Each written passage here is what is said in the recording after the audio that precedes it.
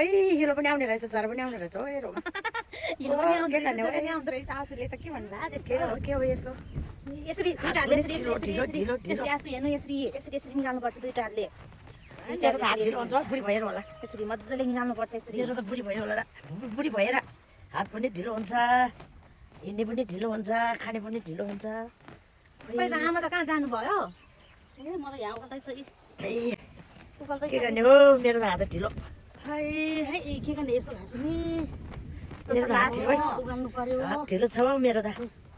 उकाल्दै छ म पनि ल हे ल मेरो त हात ढिलो हुन्छ हे मुने गरङ गुरुङ बङ बङ हे रोमा ओए उकाल्दै छ म पनि पानी आउनु खोज्यो ओए लो गाउँभित्र भित्र है घाँस उकालेको त हात पनि ढिलो हुने रहेछ के गर्ने अब बुढी भएर होला नि जोबन गइसक्यो के गर्ने जोबन छैन उमेर छैन अब त गयो डाँडामा जानु लाग्यो बुढी भयो अब त डाँडामा म त झन् खोइ पछाडिको पछाडि भयो के गर्ने हो के गर्ने ओए रोमा आइया आइया मैले दादा ओलिन्जी त्यहाँ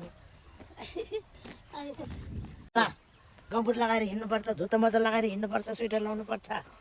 यस्तो पनि के को समय हो के हो पानी परिसकेको छु बर्खा लाग्यो अब खाली पानी पानी पानी पानी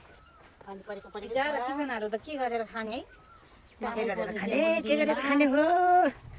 न मकै गोड्नु सक्नु न मकै छाड्नु पाउनु अहिलेसम्म मकै छाडेको छैन दिनकै पानीको पानी पर्छ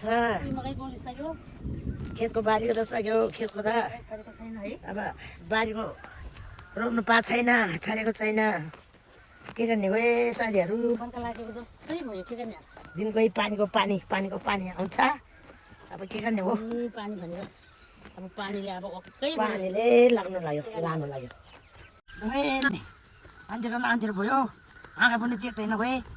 अब के गर्ने भए साफहरू पनि होला किराहरू पनि होला हालले समात्छ भने के गर्ने भए अहिले बाघ पनि आउँछ होला स्याल पनि आउँछ स्याल पनि आउँछ होला होइन आओस् स्यालको आओस् कि बाघको आओस् अन्तिर भइसक्यो रात भइसक्यो खाएपछि खाइहाल्छ खाओस् के गर्ने त गाउँघरमा यस्तै हो दुःख सुख नगरीसम्म खानु पाउँदैन के गर्ने अब दुःख टाल्नु पर्यो खानु पर्यो मैले हजुर मैले स्याल कराएको सुन्छ के दिदी आयो होला टुली दिदी अब हामी स्याल खान्छ कराएको होला सुन्छ के मैले जाउँ घर अब जानु पर्ला खोइ एक मुठो घाँस म पाएको त डर लाग्यो ओइ म डर लाग्यो जाउँ घर ल हुन्छ रात पनि भयो अन्जेल भयो भयो खान्छ होला जाउँ घर बाख्रा स्यालले म त उकाल्दैन म जाउँ घर ल जानु पर्ला ल